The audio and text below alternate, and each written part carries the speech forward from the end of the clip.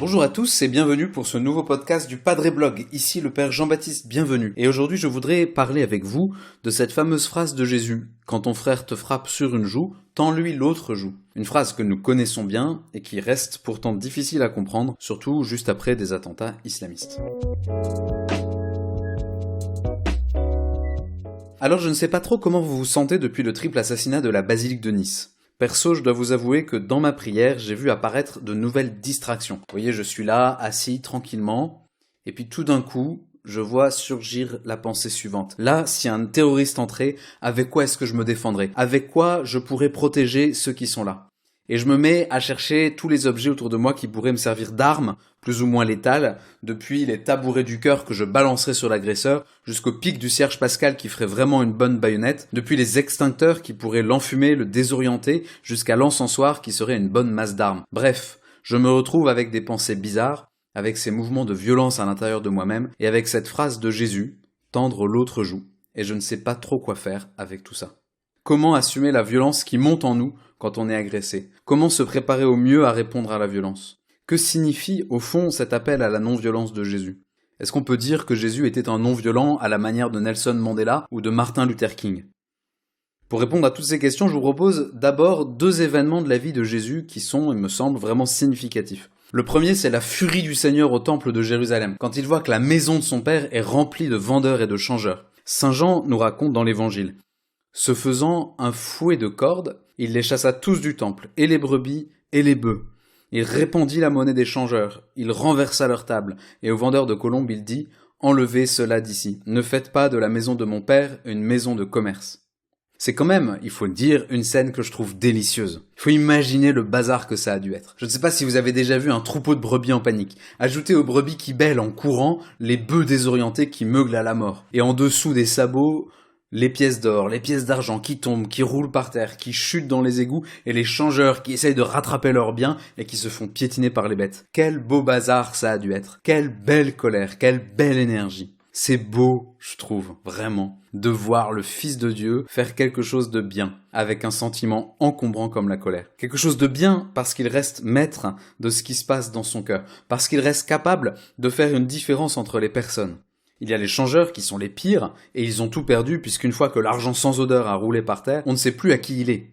Puis il y a les marchands de brebis et de bœufs qui s'adressaient aux plus fortunés des pèlerins et qui sont pris dans la cohue, mais eux, ils pourront retrouver leurs bêtes. Et puis, il y avait ces marchands qui vendaient les colombes, et les colombes c'était pour les plus pauvres d'entre les pèlerins. Eh bien ces marchands, eux aussi, devaient être des personnes simples. Non seulement Jésus évite de faire s'envoler les oiseaux, il ne brise pas leur cage, mais c'est à eux, les plus simples, qu'il s'adresse pour expliquer le sens de son geste.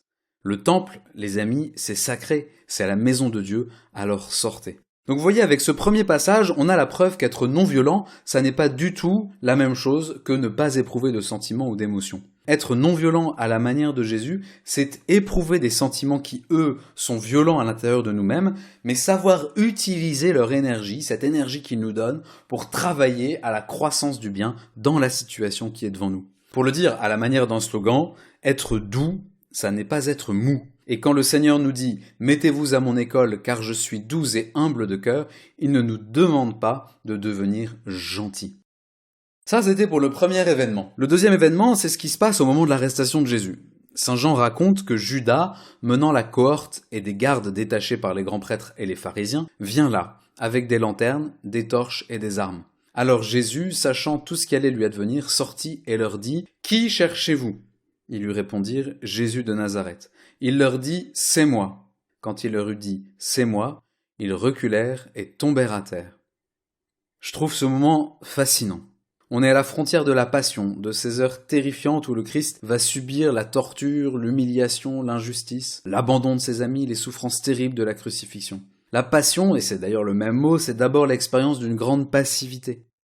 Les éléments se déchaînent sur un pauvre être humain, sur le Fils de Dieu fait chair. Eh bien, au moment même où on l'arrête, même s'il ne résiste pas avec la violence des hommes, Jésus montre bien que c'est lui qui se livre, plutôt que les gardes qui le saisissent. Et quand il dit « c'est moi », tout le monde tombe par terre tellement ces mots et la manière dont ils sont dits dégagent puissance et énergie. D'ailleurs, le texte grec joue avec les mots. Le « c'est moi » traduit l'expression grecque « ego eimi », qui est en fait une allusion à la manifestation toute puissante de Dieu sur le mont Sinaï au temps de Moïse et des Hébreux. Vous savez, cette grande théophanie qui a bouleversé tout ce peuple.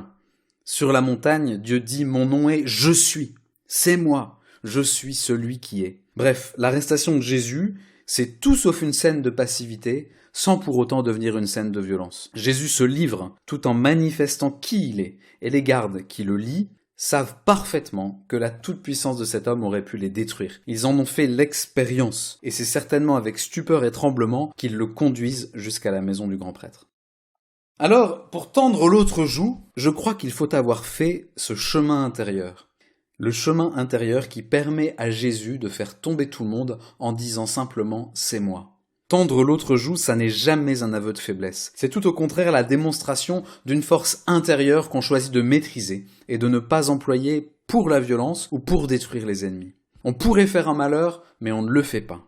Un prêtre éducateur en cité proposait l'exégèse suivante. Quand j'ai reçu un coup de poing d'un côté, et que je me relève pour tendre l'autre joue, en passant d'un côté à l'autre, en passant de la droite à la gauche, mon adversaire est obligé de me regarder dans les yeux. En tout cas, moi je le regarde, et dans mon regard, il comprend bien qu'il y a en moi tout ce qu'il faut pour surenchérir, et même pour mettre un terme à cette affaire par un surcroît de violence. Mais je veux lui faire comprendre qu'un autre chemin est possible. Alors, la question suivante nous est posée. À nous, catholiques français en 2020. Après le triple assassinat de Nice, que s'est-il passé au fond de mon cœur ? Et là, deux possibilités. Première possibilité, j'ai éprouvé des sentiments qui m'ont agité en profondeur. Et alors, qu'ai-je fait de ces émotions ? Comment ai-je employé l'énergie qui s'est déployée en moi ? Qu'est-ce que ça a changé concrètement dans ma vie, dans mon engagement local ? Et puis une deuxième possibilité, il se peut qu'au paradis de l'instantané où nous vivons, l'actualité du reconfinement qui arrivait le lendemain et vite chasser l'émotion de Nice. Il se peut, en fait, que nous n'ayons rien fait des événements de Nice. Au royaume du direct, une nouvelle émotion chasse la précédente, il n'y a pas de hiérarchie entre les événements, et nous courons un grand risque de ne jamais rien faire de ce que nous vivons. La phrase de Jésus « tendre l'autre joue » nous exhorte en fait à gagner de la profondeur. C'est une invitation à trouver des moyens concrets pour que la résonance en nous des événements importants de l'actualité soit le commencement de quelque chose de nouveau, d'un élan, d'un mouvement libre et volontaire que nous puissions encourager, poursuivre et achever. Je me demande souvent, en réalité, ce qui se passerait si un terroriste débarquait dans mon église pendant la messe. Bon, avec le reconfinement, le risque a bien diminué qu'un tel événement arrive. Mais, quand même, je me demande s'il y aurait des gens pour réagir, pour se précipiter à plusieurs sur lui, pour le neutraliser, ou si chacun d'entre nous, et peut-être moi en premier, on chercherait d'abord à sauver sa peau. Je me demande surtout si, à cause de l'effet de sidération, nous resterions figés et complètement passifs devant cette irruption de violence. En y réfléchissant un peu, je crois que si la sidération l'emportait, ça serait la démonstration éclatante que nous n'avons rien su faire des différents avertissements qu'ont été les attentats des années passées.